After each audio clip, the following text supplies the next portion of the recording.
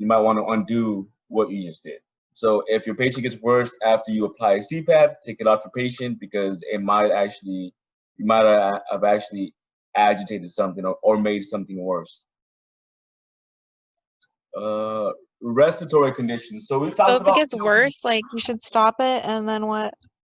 Reassess your patient, see what's going on, because obviously what you're doing for your patient is contraindicated. And it's all situational, but I mean, generally and just simply stop what you're doing and reassess to see what's going on with your patient. So COPD, again, emphysema and chronic bronchitis both make up COPD. If your patients sometimes if they have asthma or something called a black lung, they'll just throw them in there, and it's all a soup of pulmonary diseases called COPD. Broad classifications of chronic lung diseases include those. Overwhelming majority of cases are caused by cigarette smoking. A lot of times people that live in very industrial areas where there's a lot of pollution, that's also a factor for patients that develop COPD. So chronic bronchitis by itself is similar to that of asthma in that it's an inflammation of the bronchioles. However, with asthma, it's more of a spasming, like open, close, open, close. And also the biggest thing with bronchitis is this. This is pretty big. It's gonna be an excessive mucus production. All right, so that's gonna be key. And I will write that down somewhere as a side note. Cells and bronchioles that normally clear away mucus accumulations are unable to do so.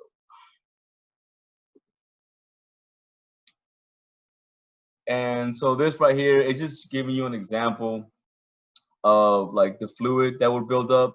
It would drip down or just to kind of settle in the bronchioles, but also in the alveoli themselves. And emphysema, so emphysema, like I said, you lose that elasticity and that surface area of the alveoli. So these right here are alveoli, and because so here it's showing, it's giving you the example that these walls right here, these walls are now lost. So they're no longer there. And because of that, we're losing surface area. And the reason that's a big deal is because the more surface area we have, the more gas exchange can occur. The less surface area, the less gas exchange. And that's why emphysema is such a big deal. Not only that, but also you're losing surface area, and you're also, the alveoli tend to sag. And they're not as plumpy as it used to be, and that also affects the surface area. So alveoli walls break down, surface area, talked about that. Lungs lose elasticity, we talked about that. Okay. Asthma, I think we talked about asthma plenty so far. So I'll just read these, and if anything comes to mind, I'll say it. But if you have any questions, like always, please ask away.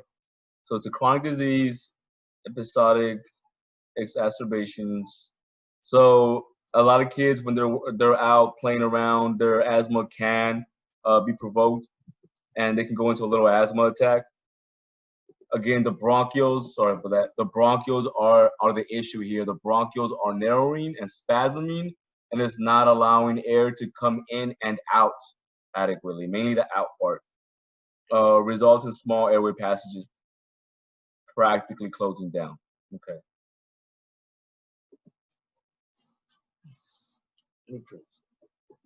I have a question. Yeah. Oh, why is aspirin or asthma like a contraindication for aspirin? For aspirin? Yeah. Aspirin's a contraindication for asthma? Yeah. That's in the book? Yeah. I gotta get back to you on that one. I have no Pretty idea. positive I saw that on a test. Let me look it up now. Maybe I'm. Yeah, I don't think that's correct. The only time aspirin is contraindicated that at the BLS level is like any head trauma, any recent surgeries, anything that allows them to bleed out more, any wounds pretty much. But I'll look into that. But That could be it. I don't know. It must be a new thing that I've never heard of before. But I'll look it up and I'll get back to you. All right, so emphysema, again, it's a breakdown of the walls. Elasticity is lost. Talked about that.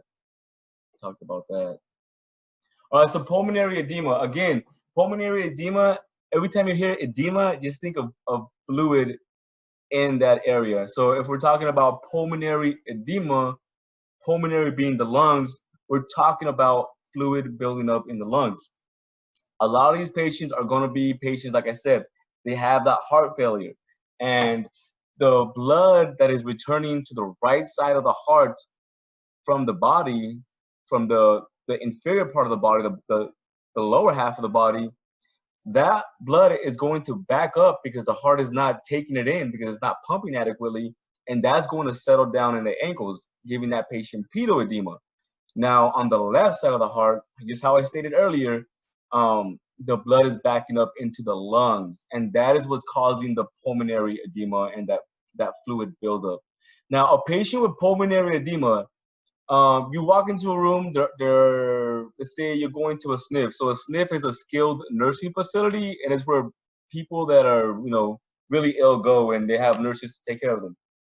Now, you go to a SNF, you walk into the patient's hospital, patient's laying down, having difficulty breathing. What is the first thing you can do for this patient that could possibly help them out if they have pulmonary edema, and why? See, I'm gonna pick on Michaela. You there? Sorry, can you say that again? So if you walk into a room, any room, your patient is laying down on the bed. We'll say they're on a hospital bed because they're in a facility, right? Mm-hmm. The patient is having difficulty breathing. You know this patient has a history of cardiac heart failure and they have a history of pulmonary edema. What's a good thing to do first, right off the bat, on this patient, for this patient? Ask the medical control. Like, I mean, you just walk into the room, like, are they your patient? Yeah, they're your patient. So you're called for them, and when you walk in there, all you do is you see we'll say an 80-year-old male laying on a hospital bed, flat, and they are having difficulty breathing. That's it. Anybody think they know the answer to this? Like normal breather? Prone position? Set them up. Yeah, set him up. Put him in the Fowler or semi-Fowler position. Because if this patient is laying down and they have fluid in their lungs, if they're laying down, you're covering more surface area of the lung as a whole, and therefore there's less gas exchange. When you sit this patient up, all that fluid is gonna settle down in the very lower part of the lungs, and you're leaving more alveoli exposed, so there can be gas exchange. Does that make sense or no? Yeah. Okay. Okay. Pulmonary edema, pressure builds up in the pulmonary capillaries, fluid crosses, then kind of talked about that. So, like I said, if the patient has fluid in the lungs, that fluid is going to interfere with that gas exchange between the alveoli and the capillaries that carry the blood around the alveoli. And obviously we talked about this. So oxygen to reach the blood. So some signs and symptoms.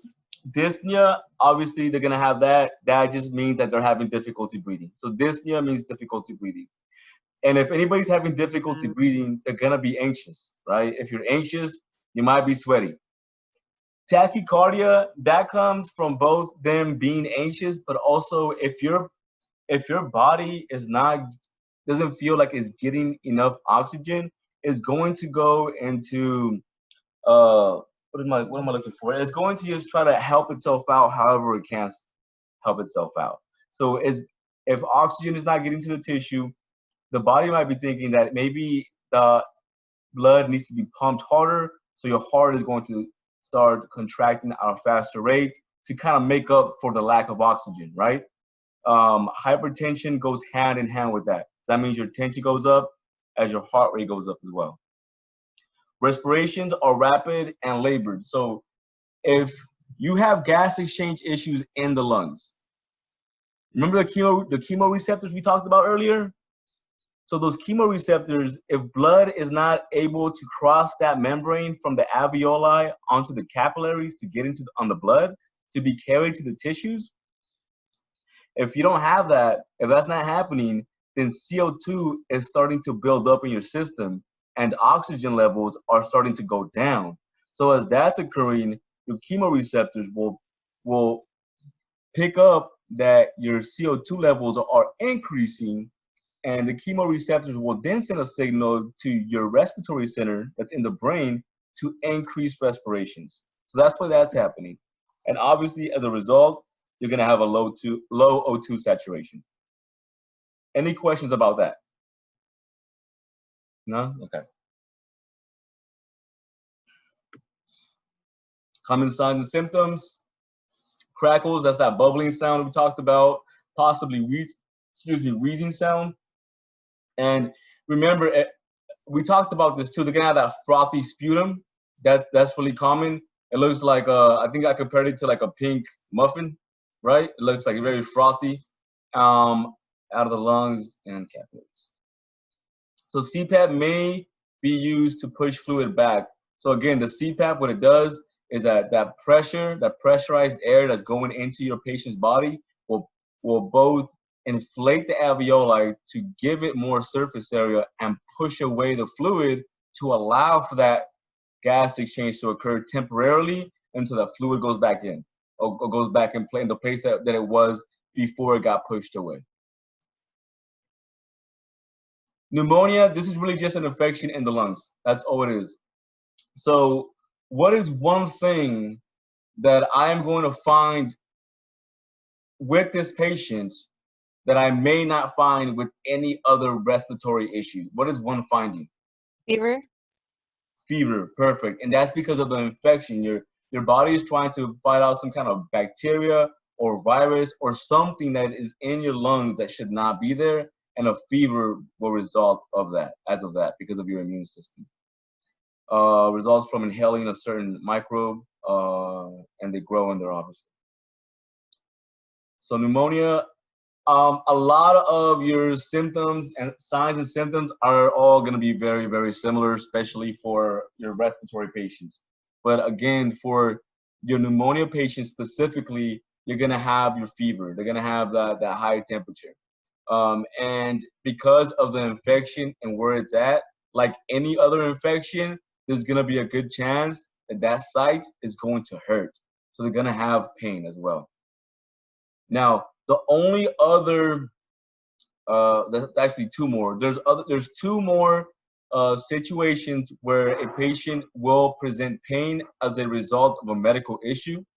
The other one is a spontaneous pneumothorax, which means that the lining around the lungs somehow just bursted, and that's gonna obviously cause a lot of pain, and because the pleural just ruptured. And the other one that I could think of is trauma. That would be a punctured lung, but that's trauma. That's not even medical. Let's see, fever. So, oh no, actually, a pulmonary embolism. So a pulmonary embolism is the exact same as a heart attack, except that it's a lung attack. Because in a heart attack, what you have is you have a coronary artery, a vessel that's clogged, right? So blood can't get to a part of the heart, and then angina comes as a result, and that angina is pain because of a lack of oxygen to a part of the heart. Well, a pulmonary embolism, pulmonary embolism, that just means that you have a clot in one of the vessels of the lungs, and pain will result from that. Any questions about that? Okay. Pneumonia, headache, pulsating skin, fatigue, confusion. So a lot of treatment for just BLS EMT is more supportive than anything else. Your job is just to keep an eye on the patient before while they're en route to the hospital, assist as needed at the basic life support level. And that would be, giving them oxygen, assessing their vital signs, breathing included. And then also spontaneous pneumothorax. Oh, that's cool that it was back to back. So pneumonia and spontaneous pneumothorax both will have pain associated with them. And again, like I said, you have this membrane that surrounds the lungs, and whenever that ruptures, air escapes the lungs and goes into the chest cavity where it does not belong, and that's going to cause agitation, which is pain. And these tend to be tall, thin men usually. Usually it'll be a tall, thin man, and it will be from like applying too much pressure for something. So like your patient that was working on his car, right? They were changing out a tire or anything, and they applied too much pressure with their arm. Sometimes that causes the pleura to rupture. Why exactly? I don't know. I have my ideas as to why, but it has to do with them applying pressure and the muscle contraction in their system, in their thoracic cavity. So spontaneous pneumothorax. So first off, spontaneous pneumothorax. Is this patient gonna get a CPAP? What do you think? Yes or no?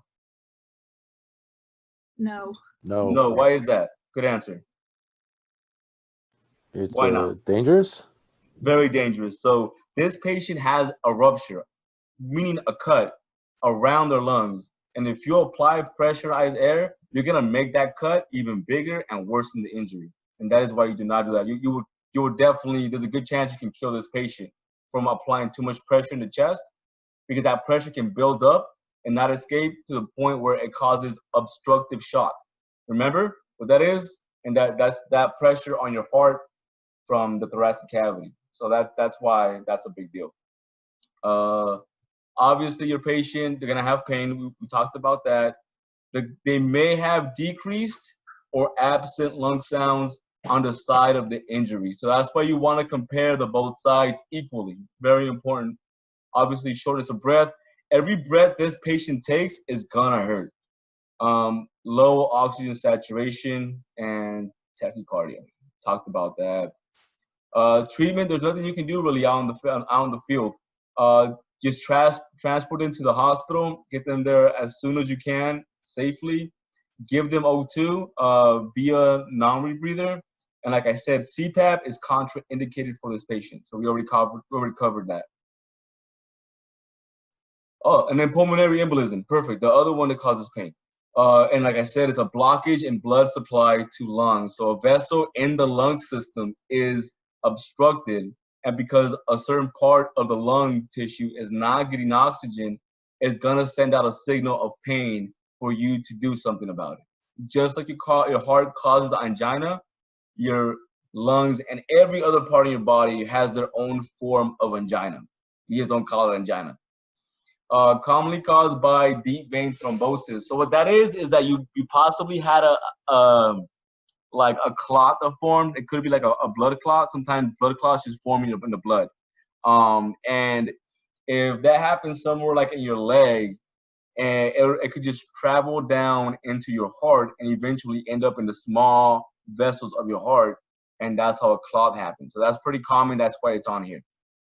But it could be a number of things. It could be plaque, like we talked about. It could be a number of things.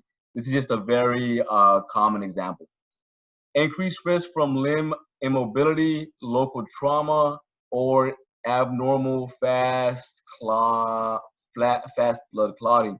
So it says that a pulmonary embolism, you have an increased risk from limb immobility. And the reason for that is that if your blood is not continuously pumping, if you're not active and you're staying still for so long, what happens is that because your blood is not moving very fast, sometimes clots tend to form.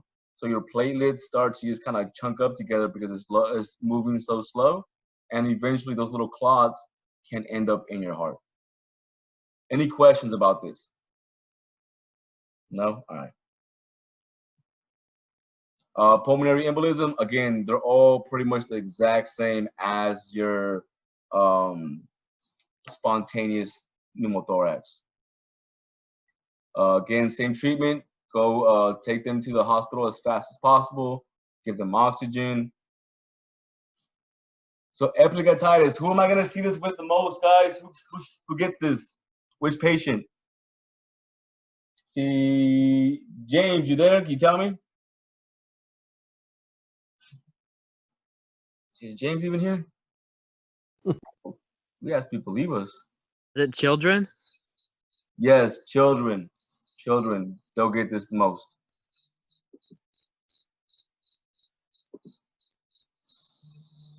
And that's just swelling in the upper airway in the mouth. Yeah, in the book it says that it's much less common in children nowadays than adults just due to vaccinations.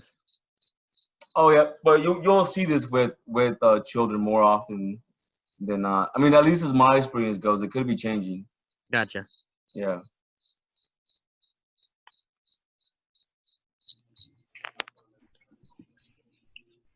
Let's see. Let's watch this video. I gotta share my screen for this. Just give me a second, guys. New share. I think it's that. Oh no, it's this one over here. Can you guys see the video? Yep. Yeah. All right. There we go.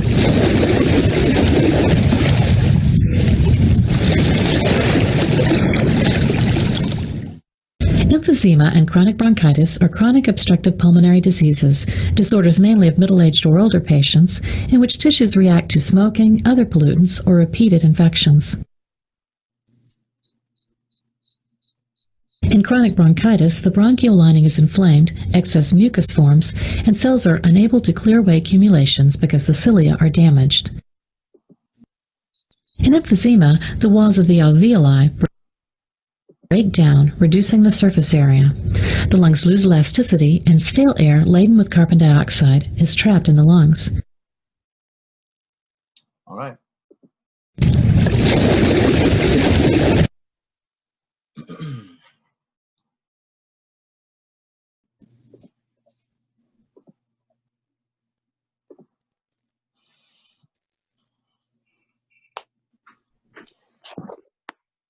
Pulmonary edema. I think I hit that. I think am I going backwards? Talked about that. Oh, something set me way back for some reason. All right, here's another one on spontaneous pneumothorax from the chapter. So I'm gonna go ahead and share this one as well. Let me.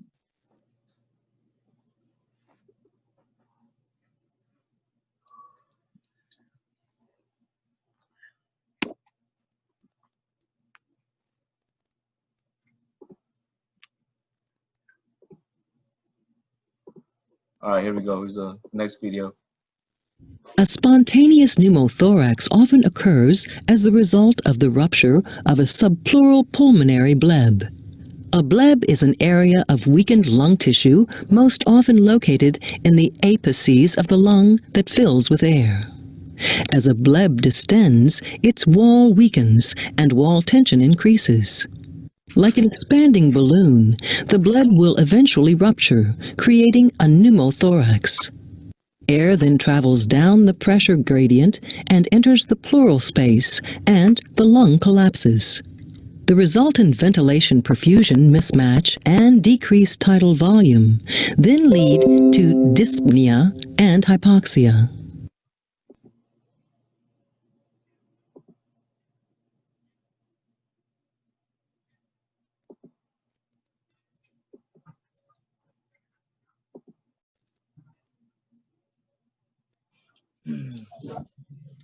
All right, so as far as prescribed medication, you have your albuterol inhaler for your patients. It's already pre-measured medication, usually 2 pumps, and they are good to go for the most part. So you have patients that take it like this, and you also have patients that have a spacer in between their mouth and the actual device. Before administering, obviously check your rights. So is it the right patient? Is it prescribed to them? The right time, right medication for the patient, for the condition, right dosages, and right route. As far as BLS goes, I'm sorry, excuse me, guys. right dosage. Everything's already pre-dosage, so that's something you don't really have to worry about in the BLS level. But obviously check expiration dates. And then you do want to check inhaler before giving it them to kind of mix up the medication in there. Patient alert enough to use inhaler. And then that's just a picture of the albuterol. That's the nebulizer you guys already saw. Sometimes if the patient's inhaler is not working for them, or if they do not have it and they're having some kind of asthma attack, we give them a nebulizer. It does the same thing as the albuterol. And let me play this video for you guys, see what it's about. I haven't seen it yet, so might be helpful.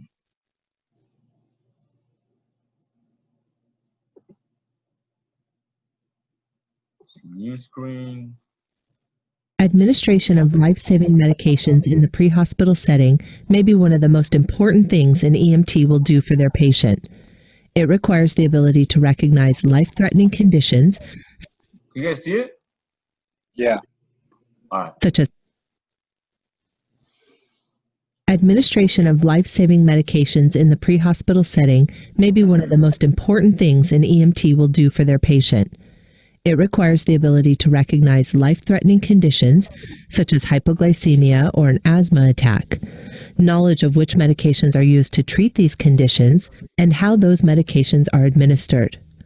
Some medications can be administered by the EMT, such as aspirin for chest pain and oral glucose for hypoglycemia, while other medications, such as nitroglycerin for chest pain, bronchodilators for difficulty breathing, and epinephrine for allergic reactions, must already be prescribed to the patient, and the EMT will only be assisting the patient with his or her own medications.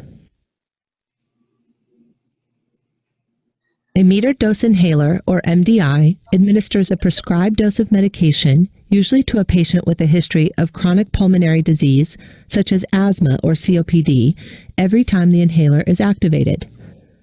The most common medications administered by this route are bronchodilators, which are drugs that dilate or relax the smaller air passages, making it easier to breathe.